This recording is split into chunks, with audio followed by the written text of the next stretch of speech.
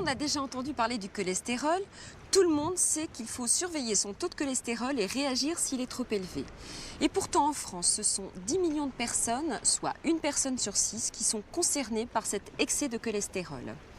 Alors nous allons maintenant essayer de comprendre ce qu'est vraiment le cholestérol, ce qu'on entend par bon et mauvais cholestérol, et comment prévenir et réagir en cas d'excès. Pour parler du cholestérol, nous allons partir à la rencontre d'un médecin nutritionniste, le docteur Di Malta, qui exerce à la clinique du Château de Florence. Mais avant tout, une petite définition en images de ce qu'est le cholestérol. Largement répandues dans la nature, les graisses sont indispensables au bon fonctionnement de l'organisme. Elles jouent un rôle surtout énergétique. L'alimentation doit donc en contenir suffisamment pour couvrir les besoins.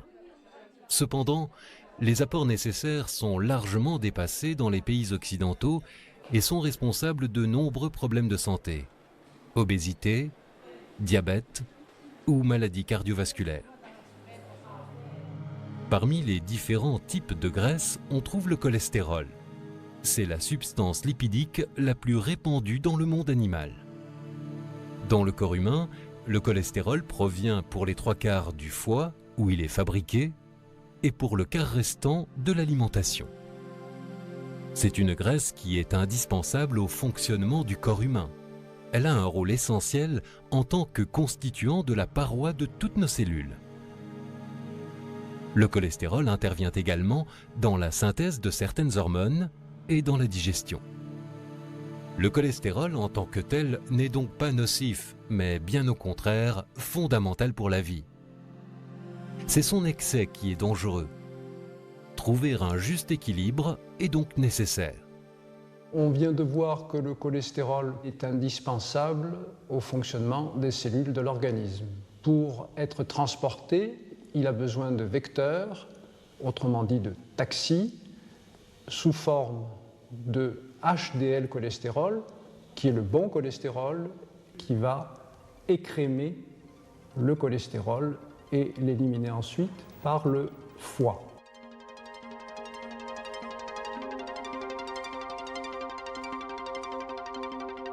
Le LDL cholestérol va déposer le cholestérol dans les cellules qui en ont besoin, mais malheureusement, lorsqu'il est en excès, il va favoriser des dépôts de cholestérol sur les artères avec des conséquences que nous allons voir ensuite. Pour résumer, les LDL sont appelés mauvais cholestérol parce qu'elles augmentent le taux de cholestérol dans le sang et donc le risque d'apparition de maladies cardiovasculaires. Les HDL sont appelés bons cholestérol parce qu'elles aident à diminuer notre taux de cholestérol dans le sang, contribuant ainsi à une meilleure protection de nos artères.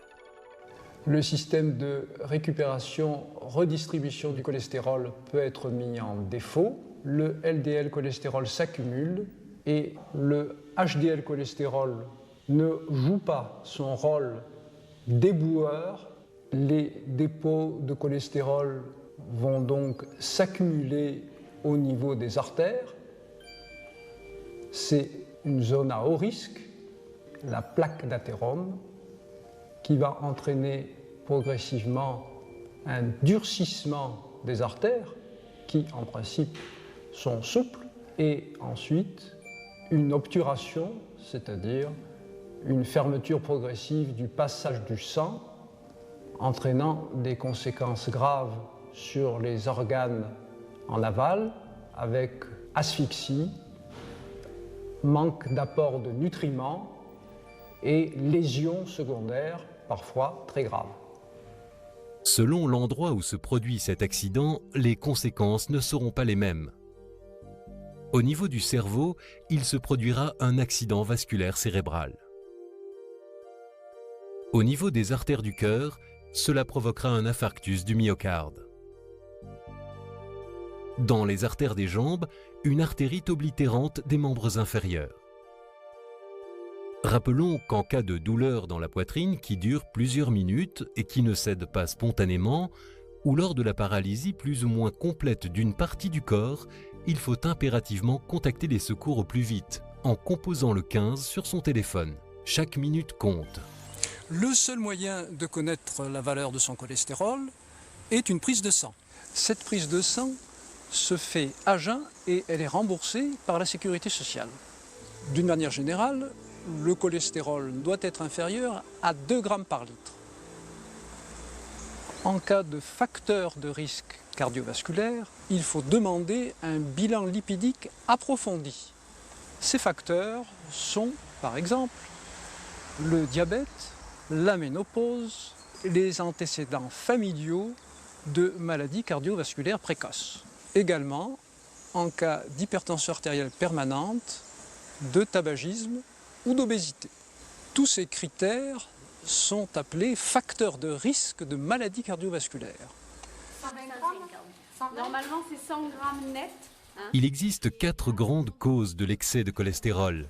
La plus fréquente, une alimentation trop riche en graisses saturées. Ce sont les graisses d'origine animale, comme les viandes, les œufs ou les produits laitiers, fromage, beurre. La plus injuste, un terrain familial particulier. Il existe certains facteurs génétiques qui exposent certaines personnes plus que d'autres au risque de l'hypercholestérolémie. La plus prévisible, certaines maladies, notamment du rein, du foie et de la thyroïde, ou le diabète, peuvent être responsables d'une augmentation du taux de cholestérol.